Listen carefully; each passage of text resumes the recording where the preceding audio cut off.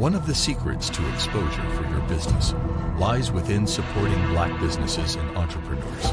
And that is why the Southern California Black Chamber of Commerce is here, to connect Black businesses from the desert to the sea. Let's join hands to empower and sustain our community. By becoming a member of the Southern California Black Chamber of Commerce, you can grow your business and increase your clientele. With our innovation, we'll generate new businesses and get new customers. And we'll connect new mindsets with businesses from across Southern California to help bridge the wealth gap. Let's connect, build, and grow together. Join us now at blackchamberofcommerce.org.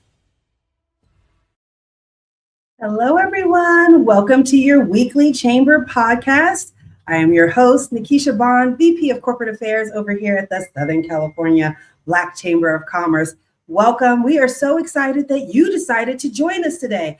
We've got a great show for you today. We're going to be talking about family legacy. And I feel like I could talk about this because we're in the process of it, right? We've been building something for the last 20 years. So I have a little insight and I want to talk to you guys about it, get your feedback about it. Love to hear from you. But before we do, and I have a special guest that's going to be coming on. So as soon as they pop in, we will make sure that we bring them right to the stage. But first, I wanted to tell you about the Chamber. If you're new here, we have 15 different chapters from the desert to the sea.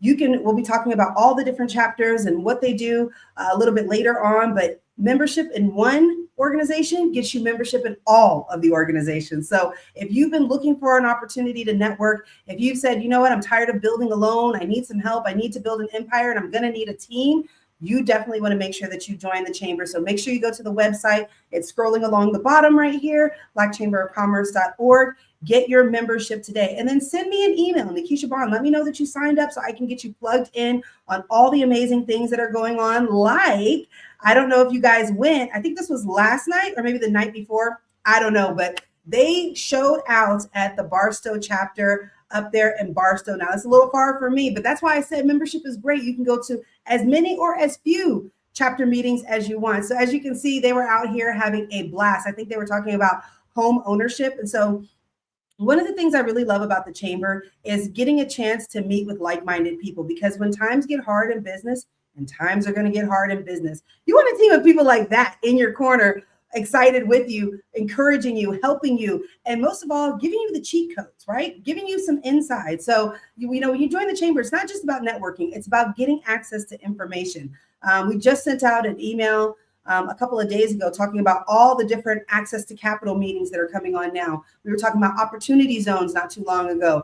Meta AI was coming out. So many different opportunities for you to learn and for you to grow. You just need to get connected. And maybe you're saying Barstow is a little far, Nikisha. I agree with you. Maybe you wanted to go out to Pomona. They were having a mixer out there on June 1st. I think we introduced a while ago our new president out in Pomona. And she did a great job. They had a great mixer out there. I think I even recognized the speaker because she was one of our speakers at the Unity and Diversity Business Conference. And she talked about AI. And this is the thing about these mixers is that you don't need everybody in the world, right? You don't need everybody in the world. You just need a couple of key people on your team to help you grow. And just meeting her, I was asking her, I was like, you know what? I've really been trying to decide, do I need to switch out of ChatGPT? Should I move over to Claude? She's like, do it. Because of this. And I did it. And she was absolutely right. Totally revolutionized. So you have to think of these mixers and these meetings as all you need is one little nugget. You don't need the whole thing. Maybe you don't enjoy the whole thing. Maybe you're not even like a person who likes to hang out with people. I understand you. But sometimes you can go out, get there and get that little nugget that just absolutely changes your business. So I highly encourage everybody to please make sure that you join. Make sure that you get connected because it's absolutely life-changing. We also had a great event. Let me see. Hold on. Let me bring out my notes. It was called Build Better, Strengthening Black Youth Through Mental Health and Prevention. And look at the room. We had a whole group of kids and adults who are out here dealing with dealing with mental health issues, but how to help people who are dealing with mental health issues. Listen, wealth is not just about money. It's about your health. It's about your mental. There are so many people right now who make tons of money, but they are devastated in their mind. So your mental health is very, very important. And going into groups like this, going into trainings like this, even if you say to yourself, well, I already know that, Nikisha. Yeah, I get it. But sometimes you need a reminder because it's not just what you know. It's what you do with what you know. So you might know it, but you might not be doing anything with it. So I'm going to encourage you to make sure that you get connected so that you can know these things and start to do these things. Okay. And I wanted to talk a little bit too before we get into our training today. I know people have asked about how many different chapters that we have. So we have 15 different chapters from the desert to the sea. Let me make this a little bit bigger. So the first Monday, we have Pomona Valley. So that just happened. We have Barstow is the first Tuesday. We have Lancaster and Palmdale. They're coming up on Thursday. And then next week, we have Hollywood Cities is on the second Monday. Palm Springs is on the second Tuesday. Culver City is on the second Wednesday. Moreno Valley is on the second Thursday. The High Desert is on the third Monday. The Inland Cities West, which is like Ontario area, is on the third Tuesday. Long Beach is on the third Wednesday. Are you guys getting tired? Like, I know you were like, are you kidding me? You say it, but until I saw it, now I know what you're talking about. Beverly Hills is on the third Thursday. Inland Cities East, which is like more San Bernardino area, is on the last Monday. Inland Valley, which is my area, I'm down here in Temecula, Marietta, that is on the last Tuesday. San Gabriel Valley is on the last Wednesday, and Riverside Cities is on the last Thursday. And that's the same schedule that we keep every single month. That way you don't get confused. So you can always go to the website. When you go to the website, you'll see chapters. There's all the different chapters. Find your chapter, email your president, get connected, find out where you can fit in. We have board positions available. So if you're like, you know what, I really want to get involved. I can't tell you the access that I have received since joining the chamber. You know, when you have an email address that says your name, blackchamberofcommerce.org, it opens doors. I'm not going to lie. It opens a lot of doors. So if you're trying to figure out like, hey, there's doors I want to be in, there's rooms I want to be in, and I can't seem to access them, you need to join the chamber. You need to join the chamber because here is where you'll be able to access those rooms. Because I'm not going to say we have the cheat code, but I'm going to say nobody's going to turn down someone from the Southern California Black Chamber of Commerce when we call and we ask for something. Let me just put it like that. So I really encourage everybody, please make sure that you get connected. Don't just watch. Don't be a passive participant in your life. Be an active contributor to your life. You need to have main character syndrome because guess what? You are the main character. Sidebar, you don't have to be the main character. You can just kind of walk off to the side if you want to. But I would encourage everybody to be main character because this is your life. This is the only life that you're ever going to get as long as we know, at least in this form, at least doing these things. So you want to make the most of it. And if you're sitting around and your business has been stuck and you've been talking to the same people for years and years and years, and you're like, I just need a fresh change. You want to join the chamber, there is the link right down. Make sure that you go to blackchamberofcommerce.org. And if you're like, I'm not really sure, email me and let's have a conversation. I'll find the right president. I'll find the right chapter for you, but get connected because when you get connected, you get access to all the fun things. Did you see how much fun everybody was having? Yes, you did. So make sure that you guys get connected. Okay. After that, you guys know, listen, look, I got my notes. I got my Post-it notes. I'm a Post-it girly. So we're going to be going over family legacy. I was doing some research on this and I was like, you know what? Yeah, this is definitely the talk we need to have. And I have a special guest that's going to be joining us. So as soon as she pops on, we will have her join us. And she's got firsthand experience of family legacies, just like I do. You'll see the connection after we come back. Business owners are raving about the new talk show, Strictly Business with host Rich Wallace. Tune in as the top experts in business share their success stories, strategies, guidance, and advice to help you grow your business. With guests from the top companies to your favorite influencers, Strictly Business with host Rich Wallace is the show to watch for all things business. Our conversations are strictly business. We discuss new funding options, new business initiatives, best business practices, all things business explained. We provide you with the tips you need for your business, all in one morning business talk show. Be sure to tune in. Are you a business owner? Do you have a story to share? Are you able to help our audience? Then we want you on Strictly Business with host Rich Wallace. Visit the website at edgetvnetwork.net and select Be a Guest to schedule your appearance today. Hello, everyone. Welcome back. And if you're just joining us, I'm Nikisha Bond, VP of Corporate Affairs over here at the Southern California Black Chamber of Commerce. And we are ready to get into our training today. Are we? Yes? Say yes. Clap if you hear me. You guys are online, you can't hear me. Anyways, let's go ahead and get started. All right. My first note. So today we're going to be talking about family legacy, family businesses, because I thought in this new day and age, I was like, what is the cheat code? I feel like there's something everybody's missing because I talk to so many entrepreneurs and they're running around like crazy. They're trying to find employees. They're trying to do this. They're trying to do that. And I'm like, what is it that could actually make things a lot easier? So I was like, let me do some research on family businesses because I knew that we started off with people having family businesses. That was a common thing, but I didn't really realize what I did when I started doing my research. So my first note, the history of family business. Okay. So for most of human history, businesses were family businesses. Now that kind of shocked me. I was like, I assumed that most people worked in family businesses, but I didn't think about all businesses were family businesses.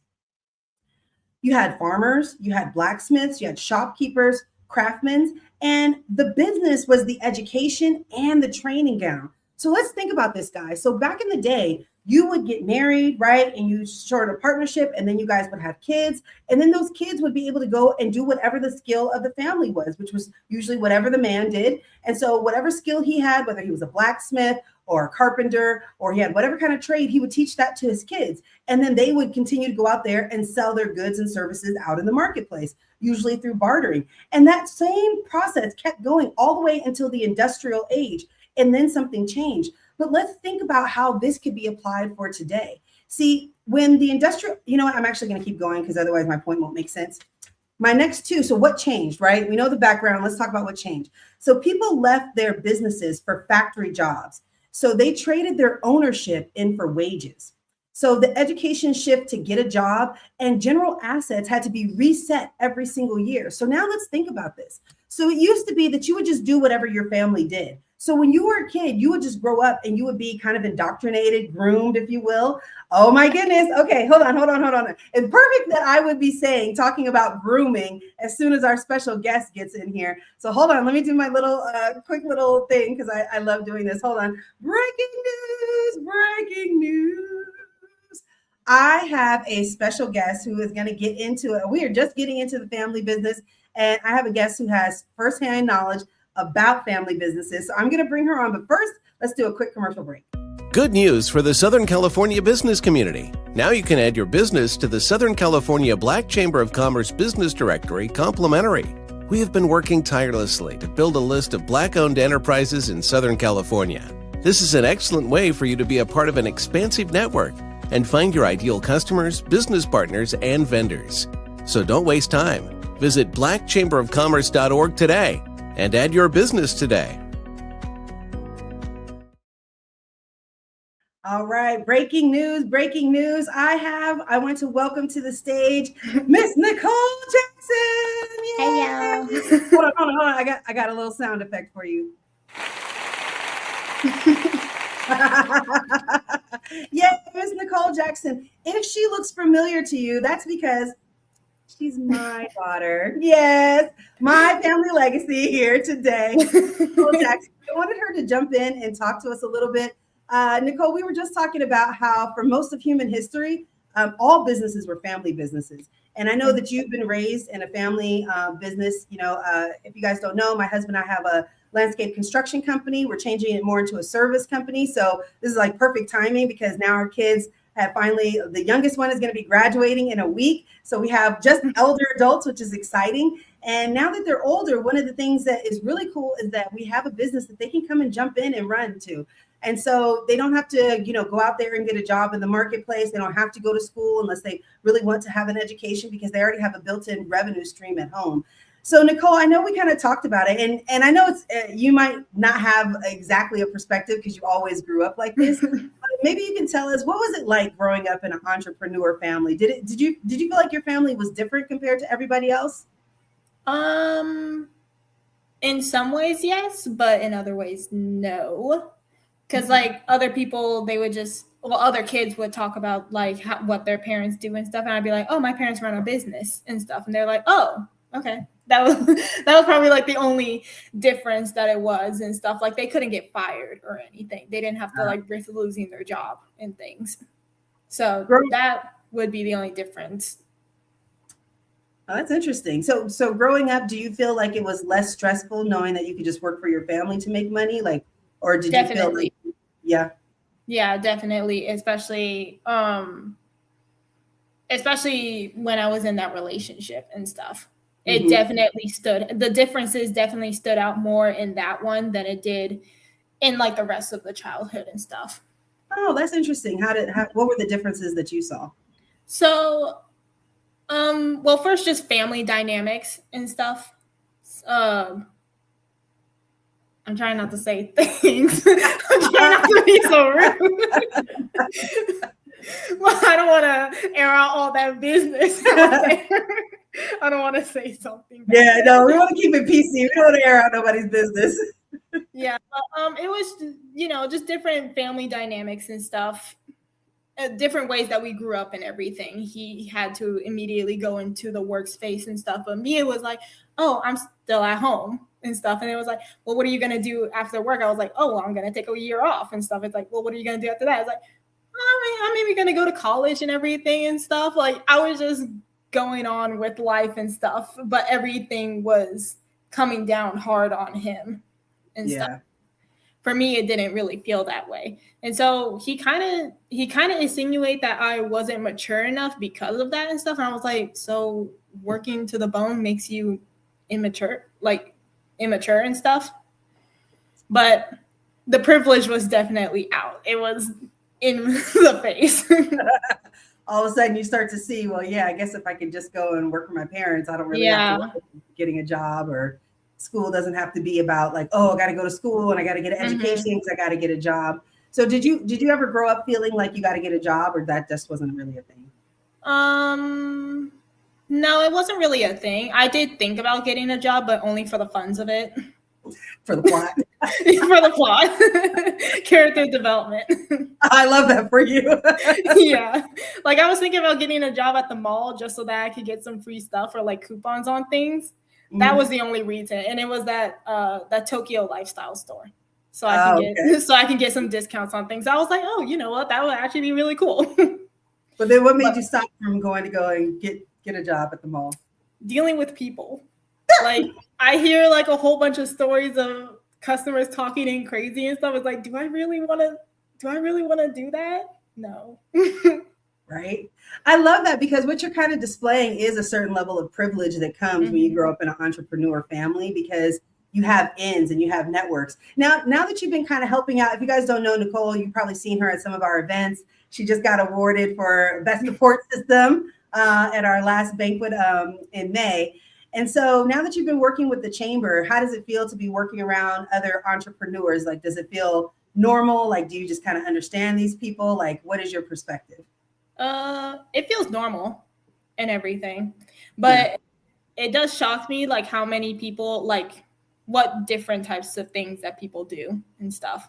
Oh, like different types of businesses? Yeah, different types of businesses that I don't think that would be a business. Oh, really? Like what? Give me an example. Like during the Martin Luther King parade, there was somebody that had like a booth of like spices and stuff. Now, me personally, I didn't think that spices would be something that would be so sellable. I mean, like you think of like spices and everything. You go to the spice store, you're not really thinking about the brand of the spices. You're just looking for what you're looking for and everything. So when somebody makes like a specific type of special spice and stuff, I didn't realize that there was people out there that really wanted that type of things. Because I'm just looking for like basic spices. Oh, what brand is this? I don't really care. And I guess it shows you that there's people behind the brands, and that's an important acknowledgement, because when I was younger, I used to think that businesses were just like buildings and stores and all this other stuff.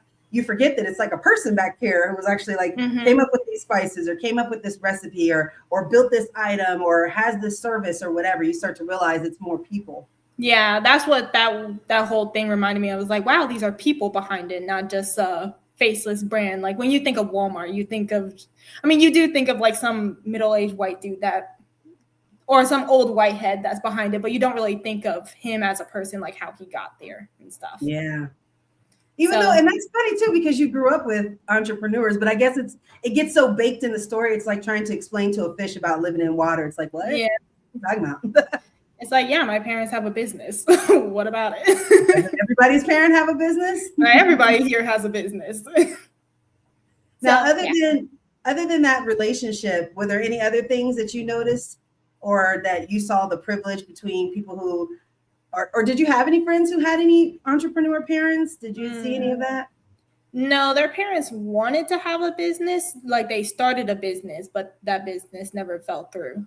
Like to the full extent of it's more of like a side hustle type of thing. Mm-hmm. It never became like a full business. So when people will hear about it, it's like, oh, your parents have a business, like that's their only income. It's like, well, what's the business and stuff? That would be the next question that they would ask. And then I would say landscape, and then they'd be like, oh, okay. Did anybody ever notice when you were wearing like the business merch around? Did anybody ever say anything? T-shirts and stuff to school? Not really, because they were kids. They didn't know anything about that. They didn't know anything about that. But when I was walking around with Bubba and stuff, like the people that see him would recognize me, and they would be like, oh, who are you? And I would be like, oh, I'm his daughter. And it's like, you're his daughter? Oh. Like, I didn't know why people were shocked about that, but I was more shocked about the fact that he knew all these people. That was the more shocking thing, because everybody saw him with the same shirt on and hoodie.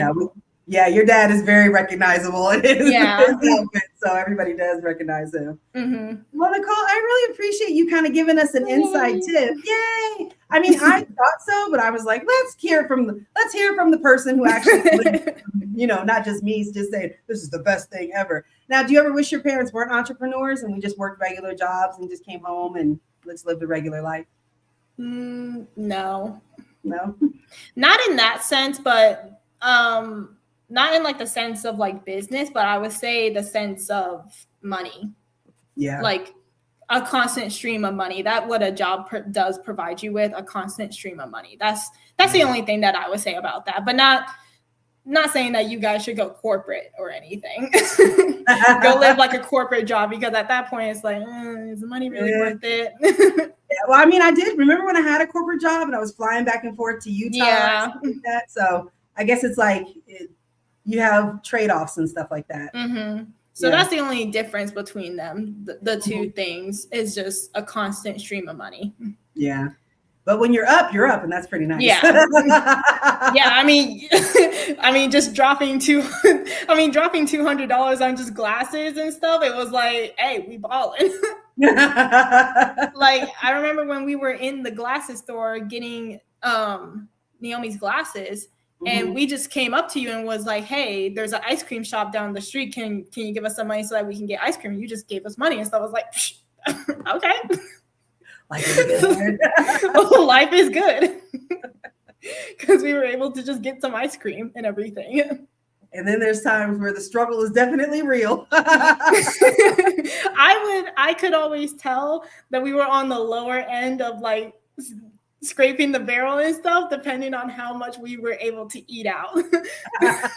Like if we were able to just ask you guys like, hey, can you guys get like some pizza and stuff? You'd be like, oh yeah, we can go get you some pizza. It's like, oh, let's wait till next week. It's like, oop, we're in the red. Right? But that's cash flow, right? That's cash flow. So yeah, I could see where having something more consistent, then you don't have to worry about that as much. Yeah. All right, Nicole, it's been a pleasure having you on. Hopefully you will join us again. We're going to go ahead and go to commercial break, but thank you so much. And did you have anything else that you wanted to say to the audience before we go to commercial? Nope. Bye-bye. We'll see you guys after on the flip side. Are you ready to change your life? Let us help you. At Youth Build Charter School, you can get a high school diploma and kickstart your dream career in no time.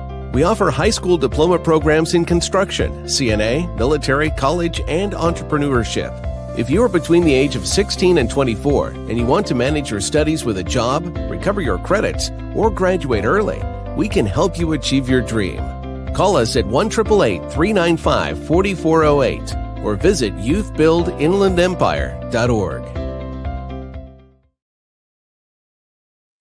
All right, welcome back. If you guys are just joining us, I am Nikisha Bond, VP of Corporate Affairs over here at the Southern California Black Chamber of Commerce.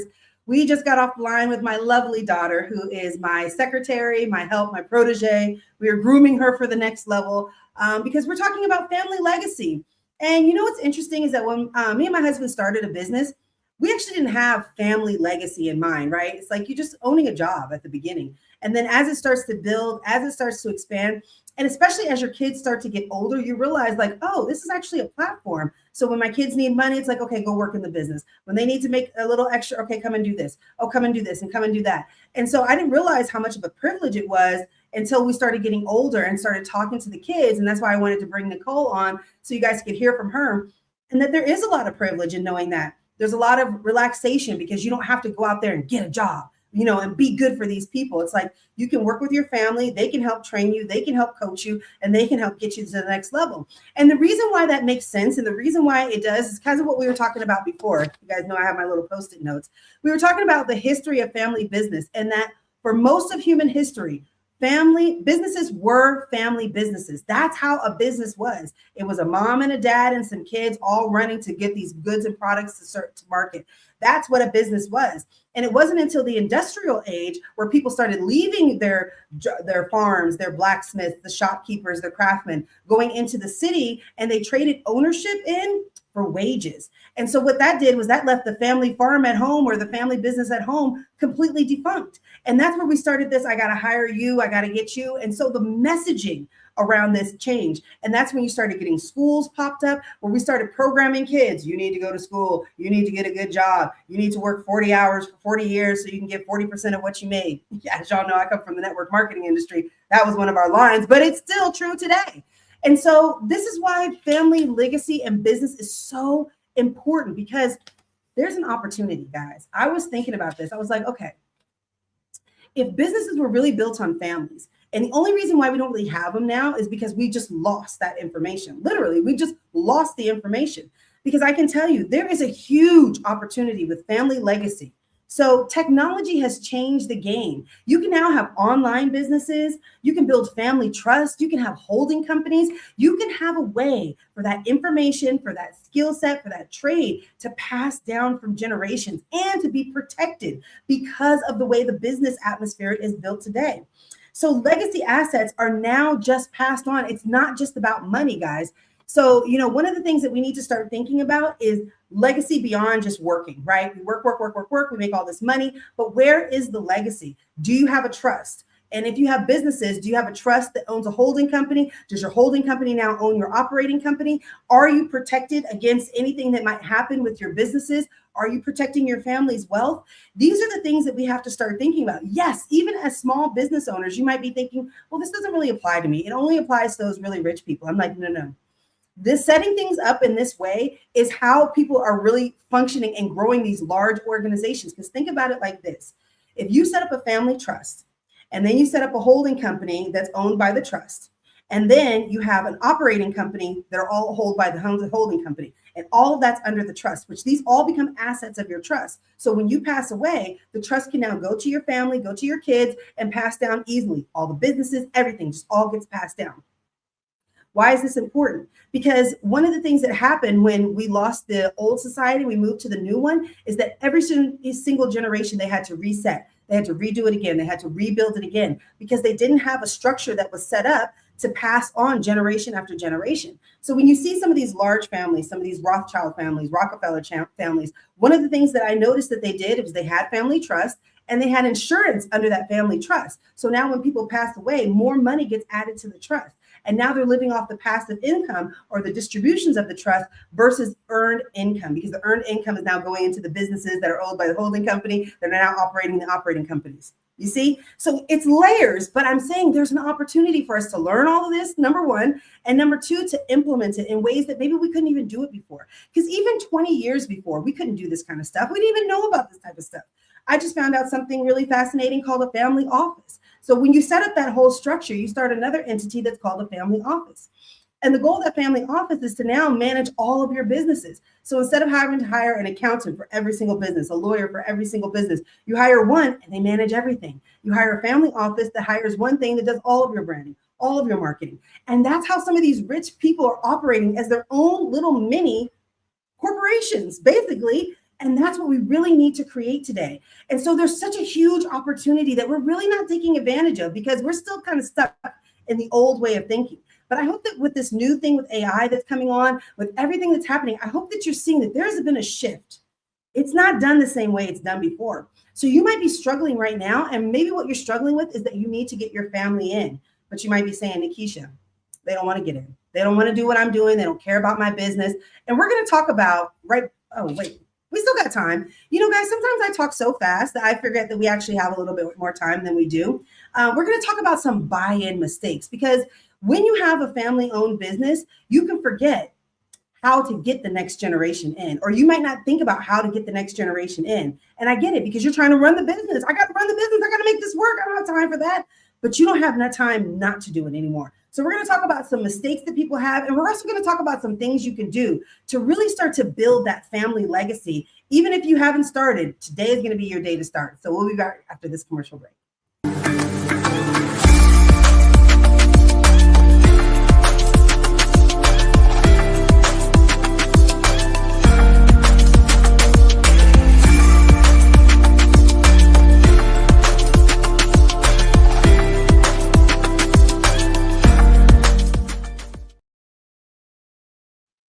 Hello, everyone. Welcome back again. It's still me, Nikisha Bond. We're going to get right back to our training because we still have one more post-it left and we still got 30 minutes to go, and we're going to do it. Oh, but before we get to our last ones, let me do a couple of announcements, right? Ha ha ha. I know you're like, you told us. I know I did, but I'm telling you this now because we have some amazing events that are coming up and I don't want you to miss it. We have our 30th annual Celebrity Golf Classic that's happening on June 18th. Over there at the Rose Bowl. It's at the Brookside Golf Club. Such a fun time. I've been telling everybody, I don't normally go to this event, right? But I did go last year. I had a blast. Let me tell you, I was on the golf course. I was going around handing out libations. By the time I got done on my third or second time around, people were having a good time. People were having a very, very good time. And so I love this event because this is the event where you can network and just have fun. Let your hair down, put your cute outfit on, or get serious about golf. Whatever your thing is, this is definitely where you want to be. So make sure that you scan the QR code, go to the website, get your foursome in today. If you're looking for sponsorships, we do have a couple more sponsorships available. So please email me or send us a message over at blackchamberofcommerce.org, and we will definitely get you connected. The other thing I wanted to tell you guys about is our Black Excellence Business Summit that we're going to be having on August 21st. That's going to be the business summit. And then August 22nd is going to be the casino night, having fun. And all of this is going to be done on the Queen Mary. Did my overlay come? There we go. Queen Mary. We are going to be on the illustrious Queen Mary. I am so excited.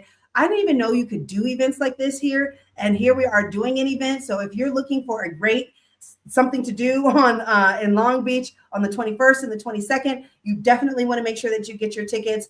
We're going to have the speakers list coming out, and probably after the golf tournament, we'll be announcing our speakers for the summit.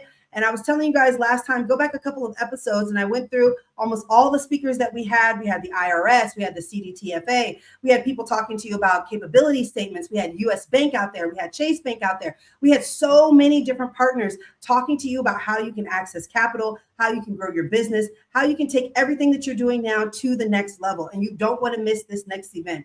These are the types of events that entrepreneurs really need, because we don't have like corporate trainings, and we don't have things where we can get all this information at once, and trying to piecemeal it here, excuse me, takes a lot of time. So events like this just kind of speed up the process and get you going. Okay, hold on. Mouth is dry. Okay. So with all the announcements out of the way, I think that's it. I wanted to get back to our training, because now we're talking about some of the buy-in mistakes. As you guys can see, my little notes, buy-in mistakes. So I would say the very first mistake that people make when they're building a family legacy. So if you're just now joining us, we've been talking about family legacy. We talked about the history of family legacy, family businesses, which is that all businesses used to be family businesses. That's just the way it was. And then it wasn't until the Industrial Revolution where that actually changed. And now people were going off into the factories. They were getting trained at these schools versus being at home. And the skill of whatever your family did was the education, was the like work experience, where the education was happening all in the home. And the business ground was kind of the playground to learn about that. Learning about numbers, learning about reading, learning about the skill, the trades, all that was happening in the home. And the Industrial Revolution took that away. Then people left and then they never came back. And so we are now in a new opportunity where technology is here, and it actually is a lot easier to run a family business than it would have even been 20 years ago. So we have a huge opportunity. So I wanted to talk about some of the mistakes that people make when they're trying to get their family to buy in. Number one, I'm going to put it as number one. This wasn't the one that I had, but number one is waiting too late. You really got to start when they're young. You got to really train kids up in the way that they will go and they shall not depart. Family has to be about, the family business has to be everything. It just has to be the foundation of it kind of like it was in the old business. Like, it's just what we do. This is what we do. And when you hit a certain age, this is what you're going to do. And this is what I'm going to train you. And this is how it's going to go. And kids like that. To be honest with you, I mean, they might not tell you, but my daughter did tell you, she did tell you, they kind of like that because you're getting them in a way where they don't have to like figure it out, which is very, very difficult because I know we like to think of 18-year-olds as they know everything and they're 18, let them go and be free. But the reality is they're still kids. They're still kids. And so to send a kid off to college and tell them, okay, now you need to make sure that you make all the good decisions, you get a good job, and you work. And we're not giving them a vision. We're not giving them hope. We're not giving them something that they can look at beyond just work. And so that's why it's so important to start young. What is your family legacy? What does that mean? How are you guys going to be implementing that? How's that going to be like a fish in water, just the air that we breathe? You have to start your kids young. Number two, trying to sell your kids on the vision. They don't always get it. Kids don't get it. I can tell you, my daughter, she's just now kind of starting, but my son, he started with us when he was like 16. So he's been in the business. He's now a part owner of the business. So he's really worked his way up. But we were trying to sell him the vision, like, oh, you got to believe in this because we're going to do this and this and this and this and this. And none of that worked. He didn't care about none of that. He didn't care about family vision. He didn't care about long term. He didn't care about none of that stuff. But when we paid him, he cared. Right? So pay your kids.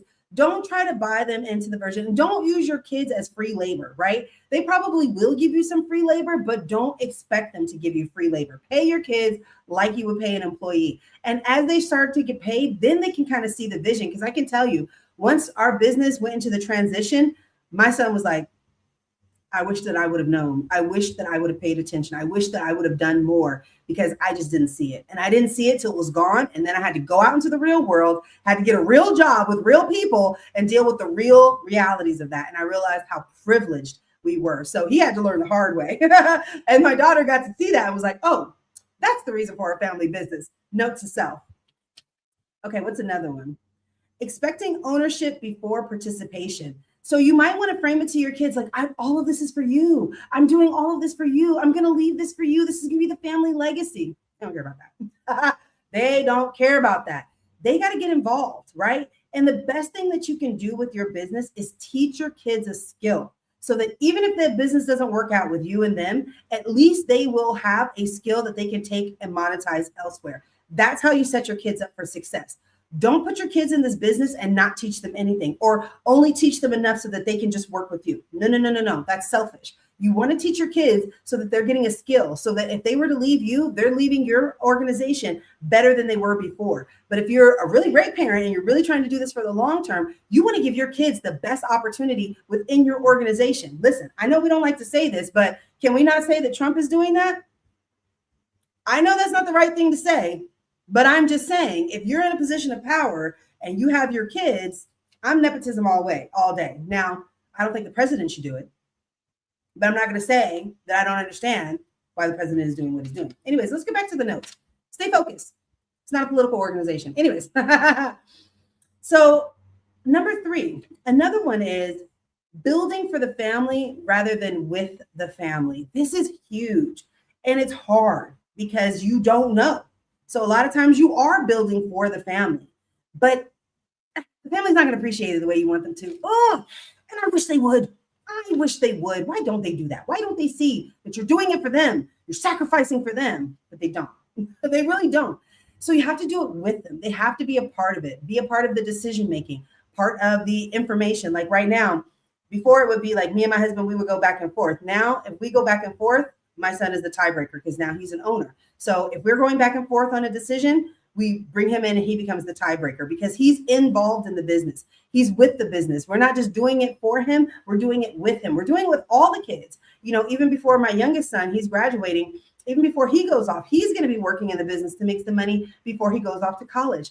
And so I'm saying all that to say that it's such an honor and a privilege to be able to have a ground for your kids to grow off of, to give them a leg up, to be able to let them be nepotism babies. Because I can tell you that life is a lot easier dealing with a nepotism label than to deal with a struggle label, than to deal with the I don't have any help label, than to deal with the I don't know how to do it, or I got to just, my parents didn't set me up for success, so I just got to settle for this type thing.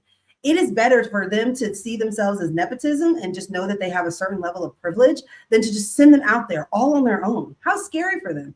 How scary for the children to just be sent off all the way. So let's talk about what the opportunities is. So we talked about where we came from. We talked about how we got here. We talked about what the opportunity is. And we talked about some of the mistakes that we've made. But let's talk about some of the things that we can do where we are right now, right? Because it doesn't matter if we're just, hey, Nikisha, so what now what? And we're going to talk about that as soon as we get back from this commercial break.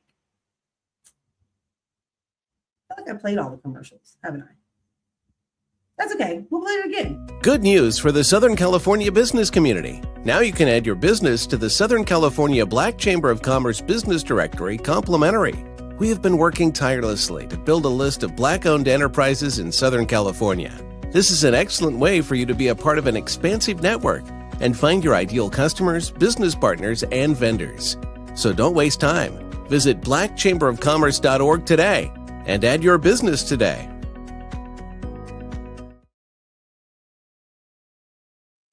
Welcome back. And so one of the reasons why, hi everyone, I'm Nikisha Bond, VP of Corporate Affairs at the Southern California Black Chamber of Commerce. If you're just joining us, welcome back. So the reason why I think that I'm pretty well suited, not only have we had a business for the last 20 years, but this is kind of what I do. I love to help people either start a business or do a CEO shift. So depending on where you are in your business, you might be saying, how do I get to where I am, to where I want to be? You need a system. That's really the bottom line. The easiest way that I can tell you is that you need a system. So many businesses I see, they're never able to move from where they are to where they want to be, make that shift because they don't have a system. They want to hire somebody, but they don't have an SOP. They want to do something, but they don't have a system to manage what they're doing. They want to grow, but the system that they have right now is just breaking apart. So I want you guys to send me an email if you're interested in getting some services, if you need some help structuring your business, if you need some help saying, how do I transition this into a family-owned business?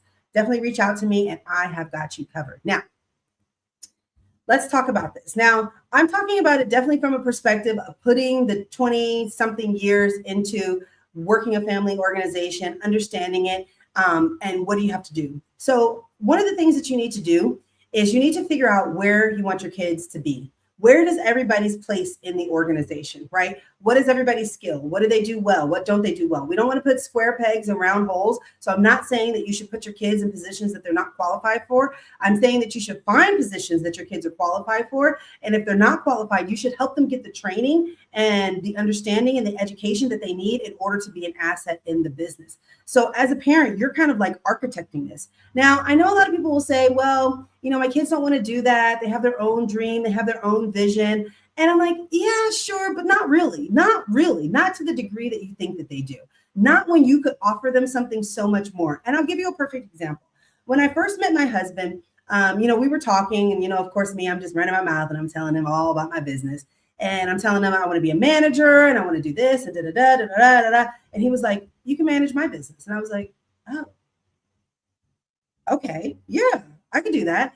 It just never dawned on me. So my vision was to be a manager, but I hadn't necessarily thought about what I wanted to manage, what I wanted to do, or anything like that. But he immediately put me into a vision that would help him. And I was like, oh, okay, that's kind of what you do with your kids. What is it that your kids want to do, right? What is it that they want to do? Like one of my daughters, she's really into photography. So you get to do our social media. Now, does she want to do a social media? No. So we're still working on her. But basically, we're starting with, you're going to get a paycheck. We can start there, right? Because you got to work anyway. You got to make money anyway. You might as well work here. So you start there and you first give them a paycheck. And then you start getting them into the business. So you get them some training. So they're starting to learn more about photography or whatever it is that you want them to do in the business. And then you're moving them to the next level. Or then like we did with my son, he started off working in the field. And then he was like, oh, all these guys are so old. How do we get some new guys out here? And we're like, invite your friends and we'll train them. And just that one little sentence, invite your friends and we'll train them, put him in a position of leadership, of management, of being able to offer jobs to people. Huge for him, especially being 18, 19 years old, and all the kids around you are struggling or they're falling out of school. They don't know what they're going to do. And you're like, hey, I got a job for you. Powerful. So you can put them into positions where now he worked with us for so long. So then I trained him on the management stuff. And was he perfect? No. Could we have found somebody that had more skills than him? Sure. But the long-term investment in your own children is going to outweigh anything that anybody can bring. Now, I'm not saying that you shouldn't bring in any new people. You definitely have to do that. You got to bring in new ideas, new visions. You know what I'm saying? You don't know everything and your kids don't know everything, but you should have a space for your children. There should be a place in the organization that they belong. And if they don't have a place, you should make a place for them. That's Nikisha Bond's personal opinion. You don't have to agree with me, but that's just where I see the opportunity today. And now that you can have online things, one of the things that I noticed at the business summit is there was a lot more family-owned businesses, a lot of mother and daughters, fathers and sons, a lot of people working together because they just found it's so much easier. If your kid goes and gets an education, why can't they get an education in the business that you guys are already building? And if you say, well, they don't want to do that, then you haven't put the significance on the business for them to get that buy-in. You haven't sold the vision. Now, you can't just sell them on the vision, right? Because that's not going to get them to buy in. You still got to pay them, but you still got to have a vision for them to join into, right? Kind of like my husband did with me. You want to be a manager? You don't really care where you manage this. Your kid wants to do whatever they want to do. They want to do IT. They want to do engineering. They want to do this. Find a way for that skill to be useful in your business. That way you can provide a platform for your kids. And your kids can bring so much to it because one, they know how to work with you. They understand your quirks. They can deal with you. And number two, they're vested in the interest because what interests you, like they're going to be more invested in the business, especially if it's in a trust, in a holding company, and they're going to be beneficiaries of the trust. Why wouldn't they care? Why wouldn't they be invested? You see what I'm saying? So we're adding all of this value around it by having the proper structure, by training them, by having a place for them. That's the opportunity. So you have not because you ask not, because you don't create it that way. Are your kids going to come to you and be like, sign me up, mom, I'm ready to be in the business. Groom me, mama. No, they're probably not going to say that. Are they going to say, I don't really want to do that. I'm not really interested in that. They might say that too. But you know what you can say is, hey, listen, but if we could find a way for you to work in here, what would that look like? Because sometimes it's not about that. It's about asking good questions. Like, okay, yeah. I understand you don't want to, but if you did, what would that look like? What could possibly be? What could you possibly bring to the table? And you'd be surprised how many kids will actually love to do that. You just heard it from my daughter. She said it's a privilege to have your family own a business. And kids don't know that because they don't grow up with that privilege. So they don't see it, right? They didn't see it. It just passed them right on by because they had to get ready to go to work. They had to go to school. They had to get out there and make something of themselves because you didn't build anything for them. Now, listen, I know I've been very confronting today, but I love you. This is coming from love, right? This is with a love talk. This is a love talk because you deserve to have a business that lasts beyond just what you do, right? And if you're deciding to build a business and you want to sell it and then you want to put it into a trust, okay, great. That's fine. If it's not going to be a long-term thing, that's okay too. But if you do have the opportunity, I highly recommend that you start now, start today, get a vision together, pay your kids, get their training in line with what your vision is, and keep moving forward. And eventually your kids will see. If you're a top-notch person, like I know you are, your kids are going to want to be around you because they're going to want to, oh, how does my mom know all these people? How does my mom get access to this? How does my dad know this? How does my dad get to do that? That's what kids they look up to. So I hope that this has encouraged you to start a family business. And if you already have a family business, drop it in the comments. I would love to support you and congratulate you and give you a round of applause because it's not easy. It is not easy. Working with your family, working with your husband, working with your kids, it's not easy. It's not for the faint of heart. I'm just telling you it's worth it. It's not easy, but it's worth it. But everything is hard. And if everything's going to be hard, now we come down to work and what you want to deal with at the end of the day. And I would say having a family business, especially when that's how business was actually structured, and it could work so well right now. Look at Trump. I'm just saying, I'm not condoning, but I am pointing out a verifiable fact. Take that how you want to take it. So I'm hoping that this has encouraged you to make sure that you join, get into a business starting a family business, get your kids involved, get your family involved, grandparents, nieces, nephews, uncles. We need to get back to that because that really is the foundation. And that's going to help you keep wealth in the family, help you build wealth a lot faster. If you want to go fast, you can go alone. If you want to go big, you got to go together, that type of thing. That's what this is. So I want you guys to make sure that you join us next week. We are here every Wednesday at 5 p.m. Same bat time, same bat channel. We will have more updates that are happening from the chamber. Make sure that you join us at our golf tournament that's going to be happening on the 18th. And then again in August for our business summit that's going to be happening on the Queen Mary. So excited as always. And thank you so much for joining us. I will see you guys next week. Bye-bye.